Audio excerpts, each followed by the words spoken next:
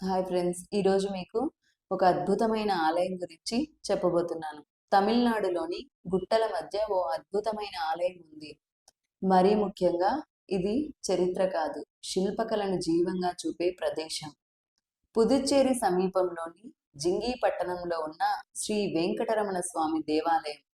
ఈ దేవాలయం గురించి మీరు ఎప్పుడైనా విన్నారా, చూసారా? ఈ వీడియోలో మీరు తెలుసుకోబోతున్నది ఒక ఆలయం మాత్రమే కాదు, ఒక జీవించిన శిల్పగాథ.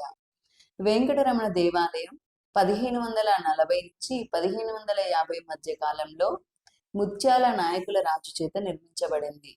విజయనగర శైలిలో నిర్మించిన ఈ ఆలయం తూర్పు ముఖంగా ఉంది. దీని గోపురం ఎత్తులో కళాత్మకంగా శిల్ప సౌందర్యంతో అతిపెద్ద రాజగోపురంతో నిర్మించబడి ఉంది.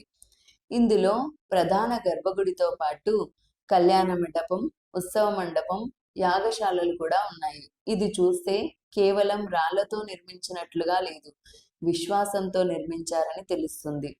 ఇక్కడ ప్రధానంగా పూజించే దేవుడు శ్రీ వెంకటరమణ స్వామి. ఆయనతో పాటు అమ్మవారు, ఆండాల్, నరసింహస్వామి విగ్రహాలు కూడా ఉన్నాయి. ప్రతి విగ్రహం శిల్పకళకు మచ్చుతునకలా నిలుస్తాయి. వేగంగా చెక్కినట్టు అనిపించిన శ్రద్ధతో రూపుదిద్దుకున్నట్టు ఆ శిల్పాలు మనకు కనిపిస్తాయి. ఈ ఆలయంలోని శిల్పాలు చూస్తే దేవతలే మనతో మాట్లాడుతూ ఉన్నట్టుగా కనిపిస్తాయి. స్తంభాలపై చెక్కిన ప్యానెళ్లు రామాయణం, మహాభారత ఘట్టాలను బోధిస్తున్నాయనిపిస్తుంది.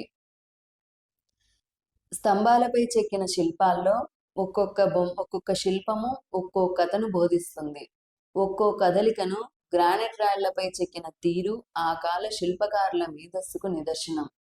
శిల్పాలను చూస్తూ మీరు ఆలయ ప్రాంగణంలో నడిచే ప్రతి క్షణం ఓ సంభ్రమాశ్చర్యాలతో మన మనసు నిండిపోతుంది.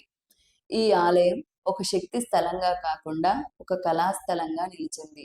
అందుకే పూజల కంటే పరిశోధనలకు కేంద్రంగా ఈ ఆలయం రూపుదిద్దుకుంది.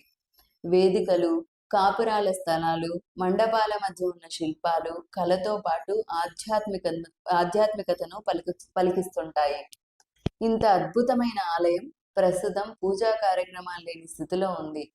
ఏఎస్ఐ సంరక్షణలో ఉన్నప్పటికీ శిల్పాలు కొంత నాశనమైపోతున్నాయి. విగ్రహాల దోపిడీ, పర్యాటకుల నిర్లక్ష్యం ఈ చరిత్రను మాయని మచ్చలాగా చూపిస్తున్నాయి. ఇది దేవాలయం కాదు, ఒక కళా సంపద కేంద్రం. దీన్ని కాపాడుకోవాల్సిన బాధ్యత మనందరిపై ఉంది. ఇక్కడికి ఎలా రావాలంటే, జింగి పట్టణం విలుపురం జిల్లా, తమిళనాడు. పుదుచ్చేరికి 40 కిలోమీటర్ల దూరంలో ఉంటుంది. Railway station Tindivanam. ఉదయం 9 గంటల నుంచి సాయంత్రం 5 గంటల వరకు మాత్రమే ఈ కోటలోకి, దేవాలయంలోకి అనుమతి ఉంటుంది. ఈ ఆలయం మనకిచ్చే బోధన ఏంటంటే, రాతికి జీవం ఉన్నట్టు చెక్కగలిగితే అది ఆధ్యాత్మికత కన్నా గొప్పదైపోతుంది. శిల్పం ద్వారా దేవుడిని దర్శించాలనిపిస్తే ఈ ఆలయం తప్పనిసరిగా చూడాల్సిందే. ఇలాంటి ఆలయ విశేషాల కోసం మా ఛానల్ని సబ్స్క్రైబ్ చేయండి. ఈ వీడియో మీకు నచ్చితే లైక్ చేయండి, షేర్ చేయండి. మన సంస్కృతిని మనమే రక్షిద్దాం. నమస్తే. ஆதிமூர்த்தி என்றால் அளவாகுமோ வேதியர் புல்வேத அமுதத்தை தீதிசு திருவேங்கடத்தானே வேங்கடங்கள் மெய்மேல் வினைமுற்றவும் நாங்கள் தங்கட்கு நல்லடைவே செய்வார். வேங்கடம் துறைவார்க்க நமன் என்னலாம் கடமையென்று சொன்னார்க்க